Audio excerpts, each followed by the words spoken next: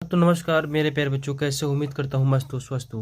मेरे प्यारे बच्चों, आज हम लोग पार्ट 2 पढ़ेंगे और पार्ट 2 का जो प्रश्नावली 1.1 खत्म हो गया, 2 खत्म हो गया, मतलब एक पार्ट पूरा खत्म हो गया। और हम लोग इस वीडियो में 2 पार्ट मतलब चैप्टर 2 चालू करने वाले हैं और इसमें बहुपद है। तो बहुपद किसे कहते हैं? तो देखिए, बहुपद किसे कहते हैं, एक रैखिक बहुपद क्या होता है, द्विघात बहुपद क्या होता है, त्रिघात बहुपद क्या होता है, ये सारा ही कुछ आपकी किताब में दिया हुआ है। मैं फटाफट चैप्टर चालू करूंगा और अगर आपको डेफिनेशन चाहिए तो आप लिख सकते हो कि बहुपद क्या होता है कि वैसा बीजीय व्यंजक जिसके प्रत्येक पद में चर का घात एक पूर्ण संख्या होता है, उसे हम क्या कहते हैं? उसे हम बहुपद कहते हैं। अब आते हैं, थोड़ा सा उसको चालू करने से पहले इसको थोड़ा देख लेते हैं। देखिए, अब बहुपद की घात की बात करेगी तो बहुपद की जो डिग्री होती है, जो बहुपद की डिग्री होती है वो क्या होती है, इस पर थोड़ी सी मैं आपको चर्चा करूंगा। देखिए, बहुपद की जो डिग्री होती है बाबू, बहुपद की जो डिग्री आपकी किताब में स्पष्टतः लिखा गया है कि उदाहरण के लिए 4x+2 ना x में घात 1 का जो है बहुपद है। अब देखो 2x² है -3 है, इसमें y का घात क्या है? y का घात 2 है, तो यही आपका जो है घात 2 हो जाएगा। तो घात 2 का बहुपद है। तो देखेंगे कोई भी कोई भी एक बहुपद आपको दे दिया जाएगा। जैसे मान लीजिए कि एक आपको मैं बहुपद दे रहा हूँ, जैसे ये एक बहुपद हो गया, ये आपका बहुपद आपका ये हो जाएगा आपका 5x² + 2x + 3। तो इसमें जो ये 2 है ना, ये जो 2 है ये आपका क्या हो जाएगा? ये आपका घात होता है। एक ही बात याद, पावर का मतलब क्या होता है? पावर का मतलब होता है घात। और घात और घातांक का मामला क्या है सर? देखिए, 2 के पावर 5 लिखते हैं तो इसको हम लोग क्या बोलते हैं? पावर बोलते हैं, POWER ना जी, इसको पावर बोलते हैं। और पावर को हम लोग क्या कहते हैं? घात कहते हैं। तो ये होगा आपका घात, इसको बोलेंगे घात। और ये जो नीचे वाला दिखाई दे रहा है इसको बोलते हैं घातांक, इसको बोलते हैं घातांक। की इस बात को आप ध्यान रखेंगे। घात और घातांक आपको स्पष्ट समझ में आ गया होगा। अब हम लोग चलेंगे, अब चलिए हम लोग देखते हैं कि एक रैखिक बहुपद क्या होता है। तो एक रैखिक बहुपद जो होता है, एक रैखिक बहुपद जिसमें जिसका घात 1 होता है, जिसका घात 1 होता है उसे एक रैखिक बहुपद कहते हैं। जैसे 2x है, इसका पावर 1 है ना जी, इसमें √3x इसका पावर 1 है, ये y1 है, इसको पावर 1 है, मतलब जिसका एक घात होगा ना, घात 1 वाले को हम लोग रैखिक बहुपद कहते हैं। ठीक उसी प्रकार 2 जिसका घात होगा उसको हम लोग क्या कहते हैं? द्विघात बहुपद कहते हैं। और इस बात को क्या देखें कि द्विघात बहुपद जो है ना, ये शब्द कहाँ से लिया गया है? क्वाड्रेंट से लिया गया है। और इसका मतलब क्या होता है? इसका मतलब होता है वर्ग। उसी तरह से त्रिघात बहुपद पे जिसका 3 घात होता है उसे त्रिघात बहुपद कहते हैं। चलिए, अभी हम लोग ax² + bx + c ना, ये जो है, और b ≠ 0, c ≠ 0, ऐसा कुछ होता है ना जी। तो हम लोग सबसे पहले देखेंगे कि द्विघात बहुपद का व्यापक रूप क्या होता है। देखिए, व्यापक रूप का जनरल फॉर्म क्या होता है? व्यापक रूप का मतलब क्या होता है? उसका फार्मूला, जैसे ax² + bx + c, ठीक है ना। और a का मान जो है a ≠ 0 होता है। a ≠ क्या होता है? 0 होता है, मान a कभी भी क्या होगा? 0 के बराबर नहीं होगा। तो चैप्टर 2.1 चालू करने से पहले आपको मैं एक चीज़ बताता हूँ, उसको आपको नोट करना होगा। जब भी आप पार्ट 1 चालू करेंगे तो ये सब बात आपको ध्यान में रखना होगा। पार्ट 2 चालू करेंगे तो सबसे पहले हम लोग बेसिक जो फार्मूला होता है उसको नोट करेंगे और अपना फेयर कॉपी तैयार करेंगे, ठीक है ना। तो एक बहुपद में एक रैखिक बहुपद, द्विघात बहुपद, त्रिघात बहुपद, ये सब कुछ खत्म हो गया था। अब देखिए, त्रिघात बहुपद भी आपको किताब में पढ़ने हैं, तो आपको मैं त्रिघात बहुपद दिखाता हूँ, देखिएगा ध्यान से।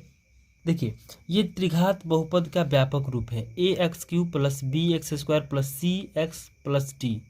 ABCD वास्तविक संख्या है और a ≠ क्या है? 0 है। ये त्रिघात बहुपद का व्यापक रूप है। और यहाँ पर ax² + bx + c ना, तो ये हो जाता है द्विघात बहुपद का व्यापक रूप। इस बात को आप ध्यान रखेंगे। द्विघात बहुपद का व्यापक रूप और त्रिघात बहुपद का व्यापक रूप जब पूछेगा तो आप ऐसे इसको करेंगे, ठीक है ना। चलिए, आगे जो आपको बात ध्यान देने वाली बात है, पेज नंबर आप 26 निकालिएगा, उसमें ये जो लिखा हुआ है इसको देखिएगा। लिखा हुआ कि द्विघात बहुपद ax² + bx + c ना, यही आपका व्यापक रूप होता है ना, ax² + bx + c ना। a ≠ 0 के लिए संगत समीकरण क्या हो सकता है?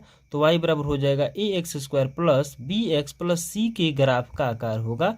या तो ऊपर की ओर, देखो ऊपर की ओर जब खुला होता है तो इस तरह से करते हैं, याद रखिएगा ये बाबू, ये जो है ऊपर की ओर है, ये क्या है? ऊपर की ओर है।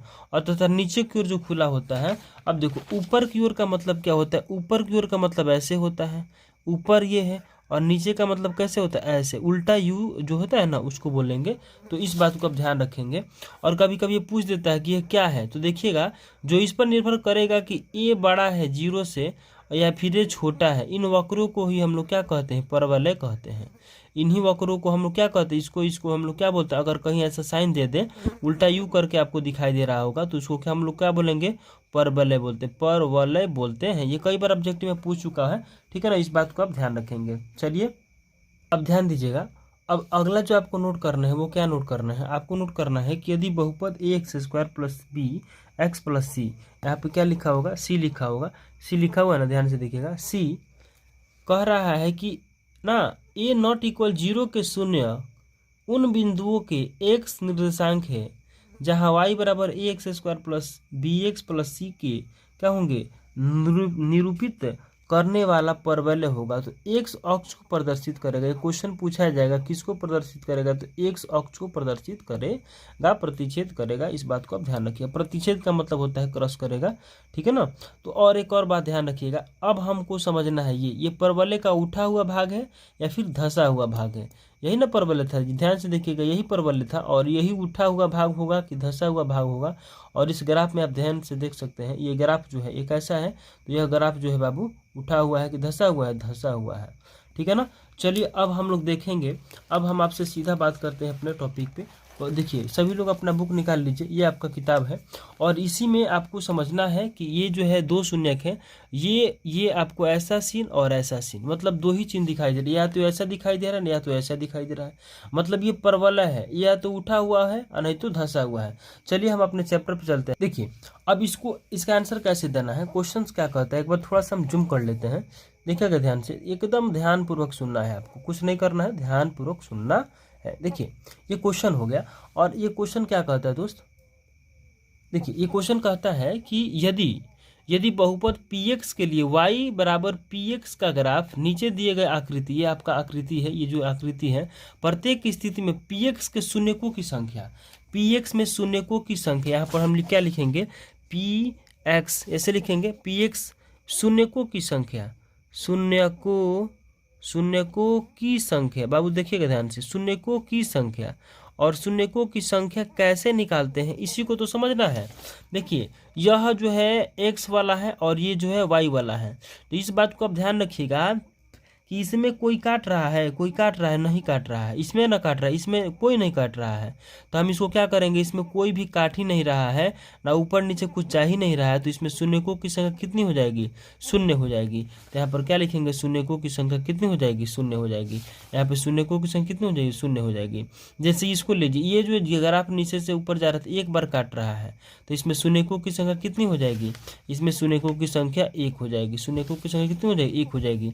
इसमें देखेंगे ध्यान से, जब ध्यान से देखिएगा तो देखिए एक बार यह ऊपर गया, एक बार ये ऊपर गया तो एक शून्यक बन गया। यहाँ से देखिएगा एक बार जब ऊपर ये जाएगा ना, ये एक बार जब ऊपर जाएगा तो यहाँ पर देखो, यहाँ से देखो ये एक बार ऊपर गया तो एक शून्यक हुआ। फिर ऐसे देखो नीचे आ रहा है, एक शून्य जब जब जितना बार काटेगा ना उतना शून्यक हुआ। एक बार काटा एक शून्यक, इधर से आया इसको 2 शून्यक, इधर से गया ये 3 शून्यक, यानी कि इसका क्या हो जाएगा, इसका 3 का 3 हो जाएगा, यानी कि 3 शून्यक कैसे बनेंगे, इसमें 0 बनेंगे, इसमें 1 बनेंगे और इसमें कितना बनेगा, एक बार ये हो गया 2, एक बार इधर गया 3 शून्यक इसमें बनेगा। चलिए अब हम लोग अगला देखेंगे, इसका कितना शून्यक होगा। इसमें शून्यकों की संख्या गिने। देखिए ये x अक्ष, ये y अक्ष, ये देखिए ये नीचे आया है, एक बार इसको काटा तो एक बार काट दिया, जब एक बार इस बिंदु को टच कर देगा ना, एक बार इस बिंदु को टच कर देगा तो एक शून्यक हो गया। फिर यहाँ से करेगा और यहाँ पर फिर टच किया तो ये 2 शून्यक हो जाएगा। तो इसका मतलब क्या हुआ, चौथा का क्या हो जाएगा, इसमें शून्यकों की संख्या कितनी होगी, 2 होगी। यहाँ पर क्या लिखिएगा बाबू, यहाँ पर लिखिएगा शून्यकों की संख्या क्या होगी, यहाँ पे शून्यकों की संख्या 2 हो जाएगी। क्या हो जाएगी, 2 हो जाएगी, ठीक है ना। अब देखिएगा इसमें कितना शून्यक होगा, देखो यहाँ से निकालना चालू करना है बाबू, गिनना चालू, या एक बार काटा x को 1 शून्यक हो गया, फिर नीचे आया 2 बार काटा 2 शून्यक हो गया, फिर नीचे जाओ ये 3 बार शून्यक, ये 3 को काटा 3 बार शून्यक, फिर इधर आओ 4, यानी कि एक बार यहाँ काटा, एक बार यहाँ काटा, एक बार यहाँ काटा और फिर एक बार यहाँ काटा, तो 1 शून्यक 2 शून्यक 3 शून्यक और 4 शून्यक। इसमें शून्यकों की संख्या कितनी होगी, 4 हो जाएगी। अब देखिएगा इसमें कितना शून्यक होगा। इसमें देखिए ध्यान से आप देखिएगा ना, तो यह डायग्राम कैसे बनाया है पहले इसको समझिएगा, पहले इसको समझिए। देखिए ऐसे कर दिया है और ऐसे कर दिया है, ठीक है ना। ये आपका ये हो गया ना, यह x और ये x डैश, इसको समझिए। और इसमें क्या कहा है, ऐसे लेकर गया है, ऐसे एक बार लेकर गया है और ऐसे एक बार ऐसे किया है। तो अब ये तो एक बार 1 0 1 हो गया, लेकिन यहाँ पर गया है, नीचे नहीं गया है, फिर यहीं से क्या हो गया है, उठ गया है, ये ना हुआ है, यहीं से फिर उठ गया है और फिर उठ करके जो है ये नीचे आ गया है ऐसे ऐसे, इसको फिर टच किया है और फिर जो है ऐसे उठ गया है। इस बात को आप ध्यान रखिएगा। तो आप क्या समझिएगा, एक बार यहाँ पर 1 हो गया और फिर यहाँ पर टच किया है लेकिन नीचे नहीं आया है, तो ये हो गया 2, और फिर टच किया है लेकिन नीचे नहीं आया, तो ये हो गया 3। ठीक है ना। अगर इसी को हम लोग ऐसे ग्राफ कर देते, ऐसे कर देते, जैसे एक बार ऐसे गया और फिर ऐसे आ गया, और फिर ऐसे गया और फिर ऐसे आ गया, तो देखिएगा एक बार यहाँ हुआ, एक बार यहाँ हुआ, एक बार ये, ठीक है ना, एक बार ये, एक बार ये, 2 बार, और ये जैसे चला गया तो यहाँ भी एक बार हो रहा था, 3 बार, यहाँ एक बार 4 बार, तो इसमें 4 हो जाएगा। मतलब ध्यान रखिएगा, जहाँ जहाँ टच करेगा, देखो एक बार यहाँ क्रॉस के, एक बार, 2 बार, 3 बार और 4 बार, ठीक है ना। तो ये होता है शून्यकों का संख्या निकालना। आई होप, मैं आशा करता हूँ कि ये वीडियो आपको बहुत ही पसंद आया होगा। अच्छा लगे तो दूसरे दोस्तों के पास ज़रूर भेजिएगा मेरे प्यारे बच्चों। और हमेशा याद रखिएगा, अपनी पढ़ाई निरंतर करना है, क्योंकि आपको जब तक आप निरंतर अभ्यास नहीं करोगे तब तक कुछ होने वाला नहीं है। तो अब मैं आशा करता हूं कि शून्यकों की संख्या आपको निकालने आ गया होगा। प्रत्येक स्थिति में शून्यकों की संख्या निकालना है तो आपको काउंट कर लेना है कि जितना बार x को काटेगा उतना शून्य इसका उत्तर हो जाएगा। जय हिंद, जय भारत।